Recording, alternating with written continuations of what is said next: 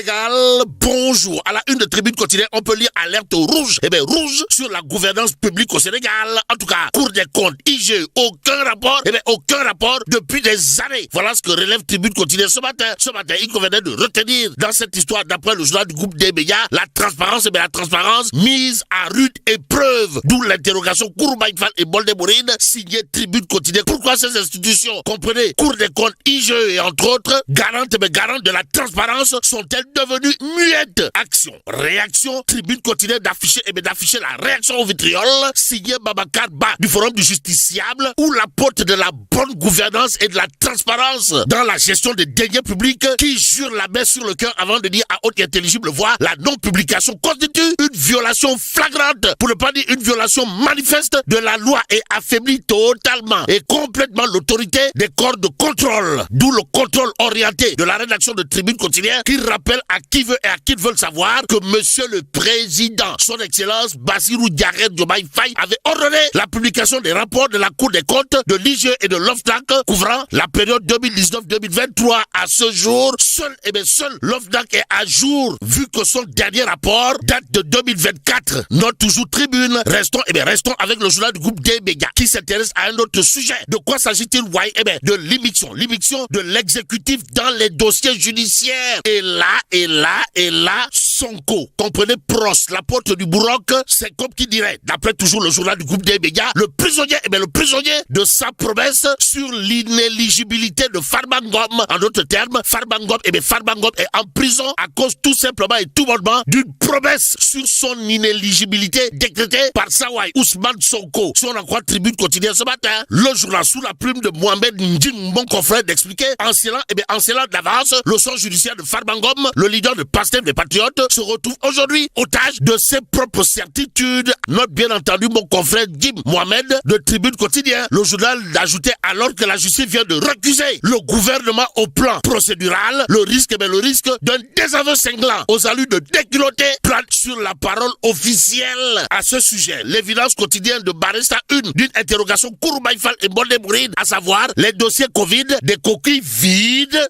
vidés de leur sens. Les dossiers Covid le sont au regard de ce que nous renseigne l'évidence. Le journal de toute évidence d'expliquer Moustapha Ndiaye, Riyad Hachem, Mohamed Diagne, Mansour Faye, non-lieu total. Et la totale, d'après l'évidence, est prévue à Kaolack le 25 avril prochain. En tout cas, Kaolack face à son destin. Le grand tournant du 25 avril informe bien entendu l'évidence quotidienne. Et là, celui qui, bien entendu, est à l'œuvre dans cette histoire, c'est Baye 6. En tout cas, en route vers le 25 avril, grand rendez-vous de l'histoire de Kaolack pour son plan de redressement et de développement.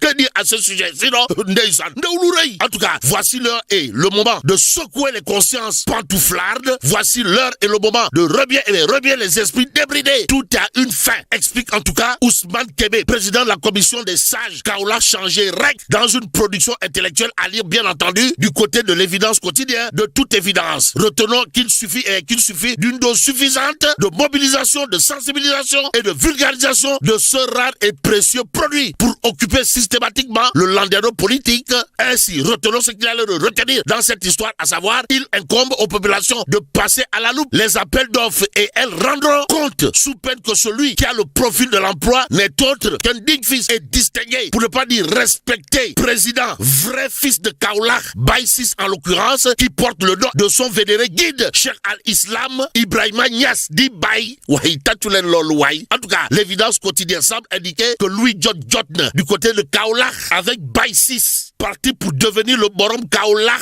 à l'avenir. En attendant, intéressons-nous à l'As quotidien ce matin. Le journal de parler du secrétariat général de l'ONU, histoire d'indiquer l'optimisme des partisans de Macky Sall. Macky Sall qui aura probablement de quoi faire du tchourpi, fait tchoumoté, ou encore esquisser des pas de Wango et même des pas de Ngel, en lisant bien entendu le quotidien ce matin. Le journal de révéler en tout cas ONU, succession de Guterres, Macky Sall prépare son grand oral. Tout semble tâter de dire. En tout cas, il sera auditionné par l'AG de l'organisation le mercredi 22. Aussi, Macky Sall a une rencontre cordiale avec les représentants des 15 membres du Conseil de sécurité. Renseigne bien entendu, le quotidien ce matin, Vox Populi, en tout cas de révéler candidature de Macky Sall à l'ONU, des forces citoyennes africaines amplifient leur soutien à partir de Dakar, la capitale. Et là, il est question de la réaction dans Vox Populi de Antigone Diop, qui sans contour ni détour dira, au-delà de ce cadre national, c'est toute l'Afrique qui s'exprime aujourd'hui dans sa diversité et dans son aspiration légitime. À lire également dans Vox Populi les explications signées Serigne Mbacké Ndiaye, à savoir pourquoi les tenants du pouvoir devraient être les premiers à soutenir Macky Sall. À propos toujours de Macky Sall, il y a le point actu qui revient en long et en large sur l'audience du Parti démocratique sénégalais au Palais de la République et ce que rend public. Le point actu gravite autour d'un fait. Comprenez? Une rencontre, 1001 contradictions. De quoi s'agit-il, ouais?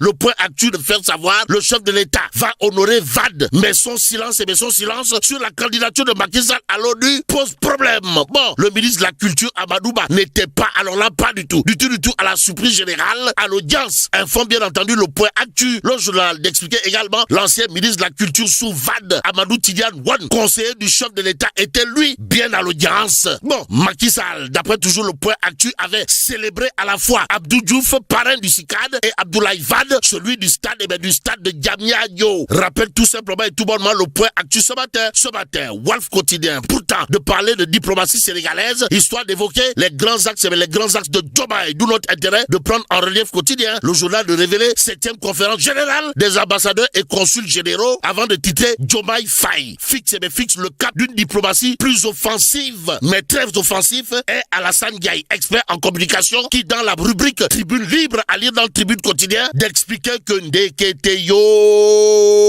Ndeketeyo, ça sent le nez faire à la coopérative de l'ARTP. En tout cas, à la coopérative de l'ARTP, l'ancien système résiste au Djoubati. Voilà ce qu'explique autant d'expliquer Alassane Ndiaye, expert en communication dans la rubrique Tribune Libre à lire dans le Tribune Quotidien ce matin, l'homme comprenait Alassane Ndiaye d'expliquer 8 ans sans bilan, des milliards de subventions sans reddition, un audit commandité puis étouffé à la veille d'une élection prévue le 21 avril 2026, une enclave du passé s'entête à garder la main. C'est du côté de la coopérative de l'ARTP. Ce matin, retenons également l'autre fait relevé par Alassane Ndiaye dans le Tribune, comprenez, depuis 8 ans, la coopérative des agents de l'ARTP est dirigée par la même équipe, avec à sa tête la même présidente. 8 années sans bilan financier présenté dans les formes statutaires, 8 années sans rapport moral complet soumis au vote. Voilà ce qu'on peut lire dans la rubrique Tribune Libre, à lire dans le Tribune Quotidien, signé Alassane Ndiaye, expert en communication de son État et en l'État. Celui qui communique bien et vrai est à la une de l'I Quotidien. Le journal, en tout cas, d'afficher les propos de Aladji Mouniaï Cissé, timonier de la société civile de son État sur la réforme des articles L29 et L30. En tout cas, oui à la réforme, mais non à la précipitation de la réforme. En tout cas, oui à la réforme, mais après concertation. Voilà ce que pense Mouniaï Cissé à la une de l'I Quotidien. Le journal de relever l'autre pavé dans la main, pour ne pas dire l'autre coup de pied dans la fourmilière de Sawai, vigie de la démocratie de son État et timonier de la société civile Mouniaï Cissé en l'occurrence, à savoir la réforme est nécessaire à condition qu'elle soit issue d'une concertation inclusive et portée par l'adhésion du président de la République. Et ce que rend public Mouniaï Cissé porte sur un fait clair à la une de l'I Quotidien, comprenez, une approche globale permettrait d'éviter les soupçons de réforme taillés sur mesure. Bon, mieux vaut attendre son intégration par le président de la République dans un paquet global de réformes issu du dialogue politique, dira toujours Aladji Mouniaï Cissé à la une de l'I Quotidien ce matin,